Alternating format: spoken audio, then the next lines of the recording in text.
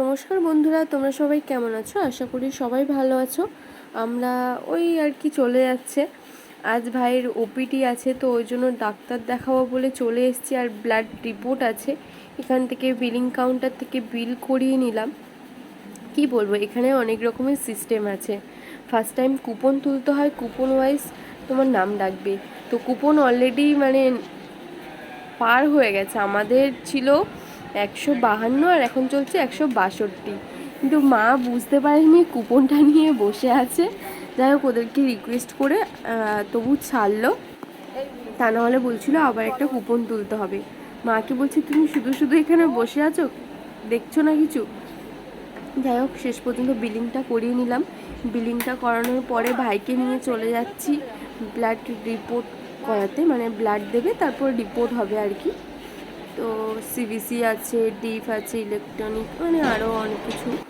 তো যেহেতু ওর হাতে পিক লাইন আছে, তো এখানে নিয়ে চলে আসলাম। এখন তো তবু এক্সারসাইজ করছে বলে তবু ঠিক আছে শরীরটা। কিন্তু যে হাতে পিক লাইন আছে না, একটু যদি হাতটা নড়াচড়া না করা হয় তাহলে ব্লাড পাওয়া যায় না। আগে অনেকবার এরকম সমস্যাটা হয়েছে।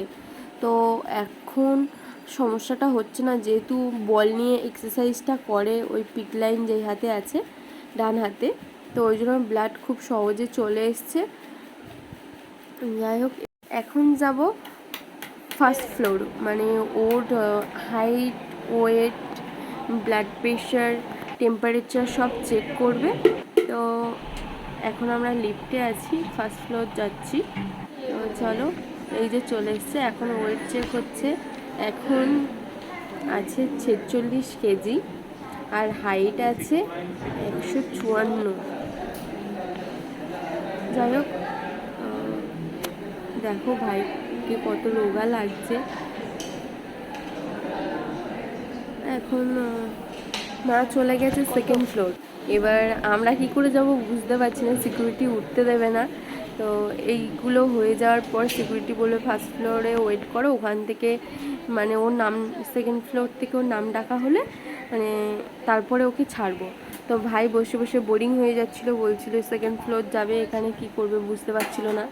দেখতে পাচ্ছ, বসছে না একটুও। শেষ পর্যন্ত নিয়ে চলে গেলাম। সিকিউরিটি গার্ড একটু অন্যদিকে চলে গেছে, আমরা লুকিয়ে লুকিয়ে সেকেন্ড ফ্লোর চলে গেছি। বললাম একটু প্লে রুমে গিয়ে একটু খেলাধুলা কর, কারণ এখন তো যখন তখন ওর মুড অন্যরকম হয়ে যাচ্ছে। কখনো রেগে যাচ্ছে, কখনো আবার ভালো আছে, কিছু বুঝতে পারছি না। যারা ডাক্তার দেখাতে আসে বা যারা ওয়ার্ডে ভর্তি থাকে, একটু মাইন্ডটা ফ্রেশ করার জন্য, একঘেয়েমি কাটানোর জন্য এই প্লে রুমে এসে একটু খেলাধুলা করে, বড় থেকে ছোট সবাই। আর ওই আমি খেলতে পারছি না, যা খেলার ও খেলছি। আমার কাছে ফাঁকা, আমি একটাও গুটি ফেলতে পারিনি। আরও দেখো,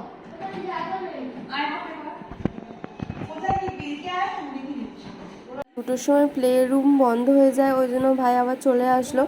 আসার পরে দেখো, মায়ের সঙ্গে একটু ফোন নিয়ে ঘাটাঘাটি করছিল। মা একটু ফোন সম্বন্ধে একটু জানে না, তো তাই একটু শিখিয়ে দিচ্ছিল। তারপর ওর ভীষণ জোর খিদে পেয়ে গেছে, আর ওর জন্য একটু বিরিয়ানি হয়েছিল। তো চিকেন বিরিয়ানি ছিল, সঙ্গে ডিমও ছিল। তো অর্ধেকটা ও খেলো আর অর্ধেকটা আমি খেলাম। বললাম তেলের জিনিস বেশি খাস না, এমনি হালকা তেলে বানানো হয়েছে, তেমন রিচ হয়নি।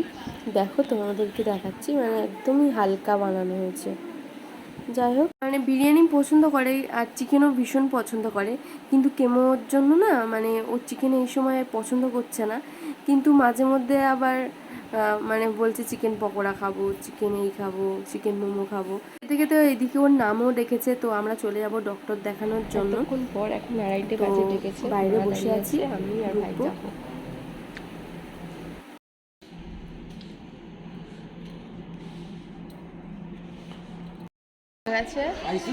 ডাক্তার দেখানো রেডি হয়ে গেছে, আমরা চলে যাচ্ছি।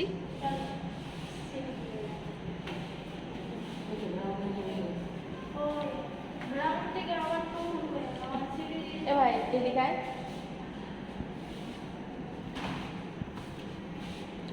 বল টাটা।